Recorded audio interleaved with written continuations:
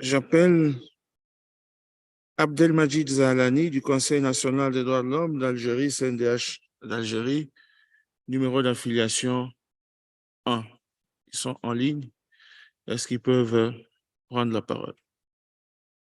Président Abdelmajid Zahlani. Oui, Vous avez la parole. merci, Monsieur le Président. Donc, professeur Abdelmajid Zahlani d'Algérie, CNDH, Monsieur le Président de la Commission africaine des droits de l'homme et des peuples, Madame la vice-présidente, honorable commissaire, Mesdames et Messieurs les délégués des États, Mesdames et Messieurs les représentants des organisations internationales, régionales, des NDH, de la société civile, Mesdames, Messieurs. En présentant cette déclaration devant cette auguste assemblée, à l'occasion de la tenue de la 75e session ordinaire de la Commission africaine des droits de l'homme et des peuples. Monsieur le Président, voudriez-vous vous rapprocher du micro? Oui, vous rapprochez du micro pour que le son soit vraiment audible. Merci. Ça marche mieux maintenant? Peut-être. Et encore un peu. Ou parlez à haute voix alors, si vous êtes proche du micro. Et en présentant donc cette déclaration, le Conseil national des droits de l'homme est entièrement convaincu que la promotion et la protection efficace et effective des droits de l'homme nécessite une implication, une coordination de tous les acteurs, départements, gouvernementaux, parlements, institutions nationales, société civile, etc. À travers cette déclaration, il sera fait mention des évolutions et avancées des droits de l'homme depuis le mois d'octobre-novembre dernier. Qu'on constatera d'abord au plan des différentes activités accomplies par le CNDH durant cette période, novembre jusqu'à mai. Maintenant, il y a d'abord plusieurs visites de terrain accomplies par les membres et le président de l'NDH. On a installé 2 délégués à l'est et au sud d'Algérie. À l'occasion de cette installation, nous avons donc mené plusieurs activités, telles visites précisément, des visites des hôpitaux, des prisons de la localité par exemple, et ces visites sont généralement couronnées par des rapports contenant des observations et des recommandations adressées aux secteurs concernés au sein du gouvernement. Est-ce que je suis bien entendu, s'il vous plaît, Monsieur le Président? Il n'y a pas de souci, c'est mieux maintenant. Vous pouvez y aller. Parfait, parfait. Merci beaucoup. Alors, à contribution de CNDH à promouvoir et à diffuser la culture des droits de l'homme. Sur ce plan, le CNDH a organisé plusieurs sessions de formation interactives à l'occasion notamment de la commémoration de la Journée mondiale de la lutte contre la violence à l'égard des femmes, sur le thème « Tous contre la violence à l'égard des femmes ». C'était le 23 novembre 2022. Alors, précisément, à propos de la violence et de cette réunion, on peut remarquer que malgré les avancées remarquables en matière de droits de l'homme, en cette matière, il faut souligner quand même des problèmes liés aux représentations socio-culturelles. Le problème de violence est presque un phénomène mondial. À cet égard, le Conseil national des droits de l'homme Algérie a organisé donc une table ronde en janvier regroupant toutes les parties prenantes afin de dégager les recommandations essentielles, consensuelles, comme la revitalisation, par exemple, la reprise des travaux de la stratégie nationale de lutte contre la violence contre les femmes. Et ce, pour concrétiser notamment les dispositions très protectrices de la femme. La disposition dit « l'État garantit la non-violence contre les femmes. Donc, elle doit faire beaucoup l'État. Il faut donc on attend, après cette stratégie, des lois d'application. On peut souligner également, voilà, dans le cadre toujours de la diffusion de la culture des droits de l'homme, la journée mondiale de la liberté de la presse en faveur des journalistes qui a été organisée sous le thème l'information et les droits de l'homme, ou médias et les droits de l'homme, mais là, le principal axe était liberté et responsabilité. Il fallait établir cet équilibre très difficile à établir, mais je pense, on en a parlé également hier ou avant-hier avec Monsieur le Président de la République qui a réuni à l'occasion l'ensemble de la presse. Il y a eu une très bonne discussion qui a duré des heures et des heures pour voir ouvrir des chemins nouveaux de la liberté qui reposent déjà sur l'organisation en syndicats, l'organisation de toutes sortes pour trouver des moyens pour travailler librement, mais tout en respectant la liberté d'autrui, l'ordre public, etc. Dans le même cadre, il y a à signaler donc qu'on a signé plusieurs conventions, notamment avec le ministère de l'Enseignement supérieur,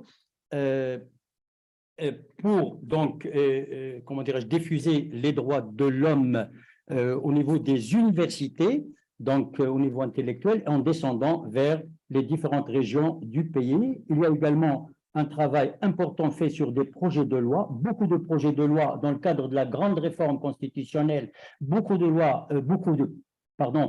projets de loi sont actuellement sur la table au niveau du Parlement, en discussion au niveau du Parlement. Il s'agit notamment des projets de loi sur la traite des personnes déjà adoptées, le blanchiment, la lutte contre le terrorisme et surtout sur l'information, l'audiovisuel, la presse écrite, électronique et le syndicat, la grève et tout ça. On a remarqué qu'il y a eu quand même une sorte de désordre dans toutes ces situations pour garantir mieux les libertés de la presse, du syndicat, etc. Il fallait qu'on ait des lois qui organisent tous ces domaines. Donc, il y a aussi l'activité du CNDH au niveau à l'international.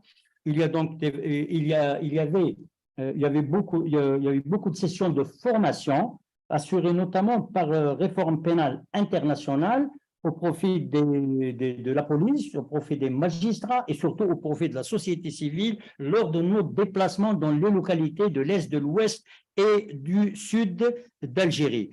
Il y a donc un travail important, il y a aussi un travail important organisé avec le ministère des Affaires étrangères. C'est normal que le CNDH que le CNDH participe à l'élaboration des différents rapports que l'État algérien présente aux mécanismes internationaux de l'ONU ou régional au niveau de l'Afrique ou au niveau de la Ligue arabe. Il y a, on soulignera également que personnellement, en tant que président de CNDH, je fais un déplacement au Parlement de l'Europe. Donc, il y a eu il y avait une séance organisée par le sous-comité des droits de l'homme du Parlement européen sur la situation des droits de l'homme en Algérie, au siège du Parlement européen. Et on a donc parlé surtout de cette grande réforme constitutionnelle et institutionnelle ici. Il y a plus d'une dizaine d'institutions, pratiquement la moitié sont nouvelles ou nouvellement organisées, etc. Tout cela en faveur de la Cour constitutionnelle, l'institution contre la corruption, l'institution qui s'est chargée de la protection des données personnelles et beaucoup d'autres, et le CNDH évidemment. Tout cela travaille dans le même sens pour la protection des lois. Il y a donc, voilà, donc pour ne pas, excusez-moi, donc je ne vais pas tarder, je vais essayer d'être un peu, me limiter un peu au temps.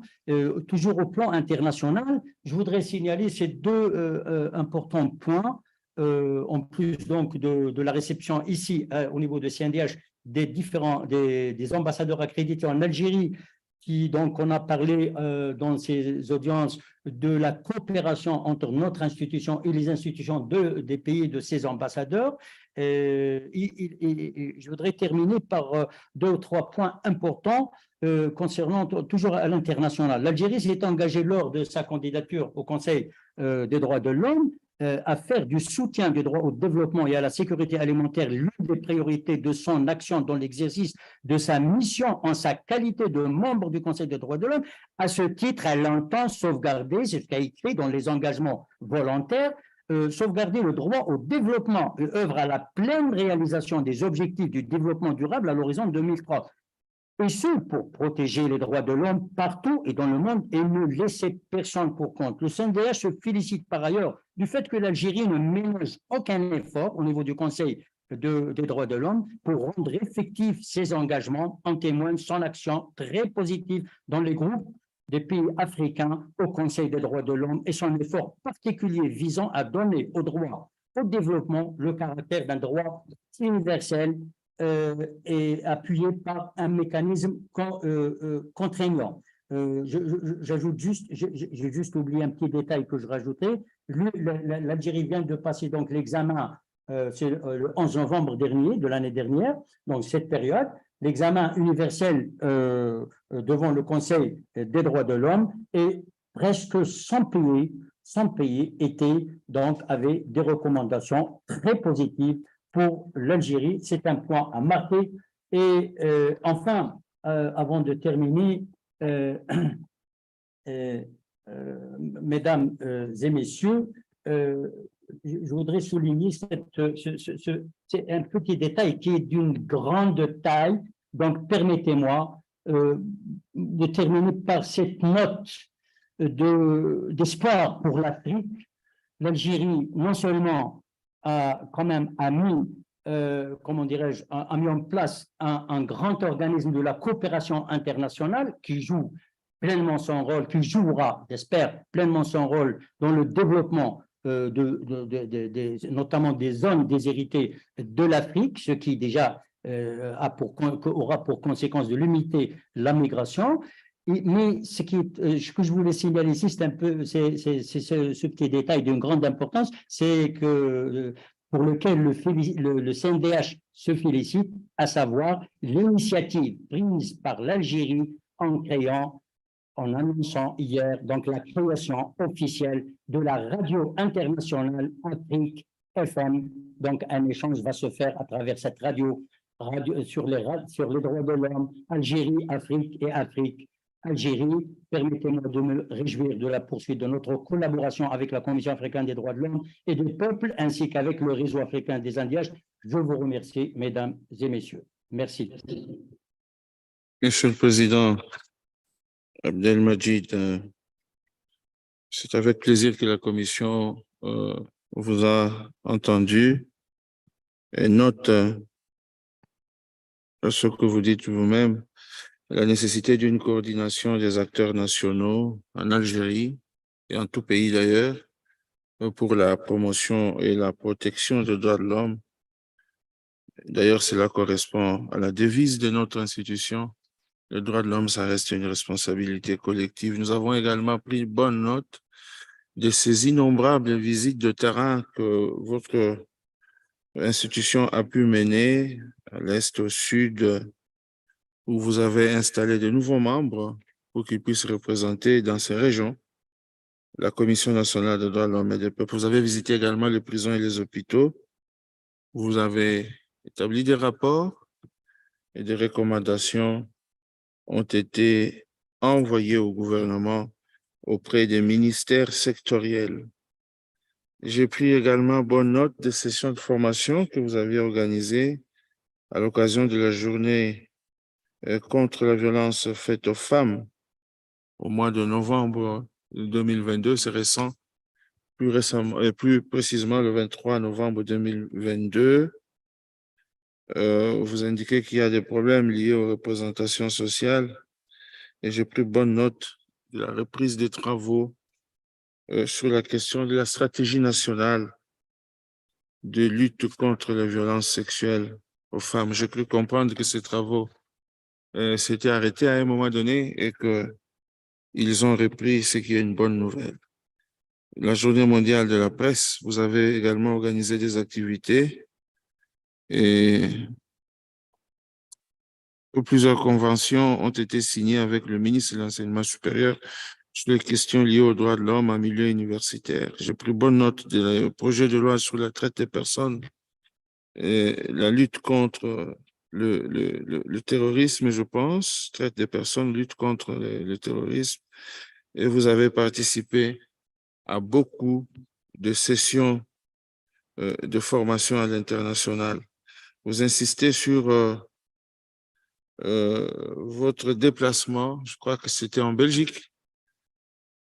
Vous vous êtes déplacé auprès du sous-comité des droits de l'homme du Parlement européen, ce sous-comité qui, effectivement, a l'habitude d'échanger sur les questions par thématique, par pays, sur les questions d'actualité liées aux droits de l'homme dans beaucoup de pays d'Afrique. Moi-même, j'avais déjà été à ce sous-comité il y a quelque temps à Bruxelles. Vous mettez beaucoup d'accent sur le droit au développement et vous terminez par une note d'espoir. Moi-même, en tant que rapporteur pays, je trouve que votre note est riche en informations. Je vous en félicite. Je la récupérerai et je la lirai attentivement pour pouvoir initier des actions dans le domaine de la charte africaine des droits de l'homme et des peuples. Merci beaucoup, Monsieur le Président Abdelmajid Zalani.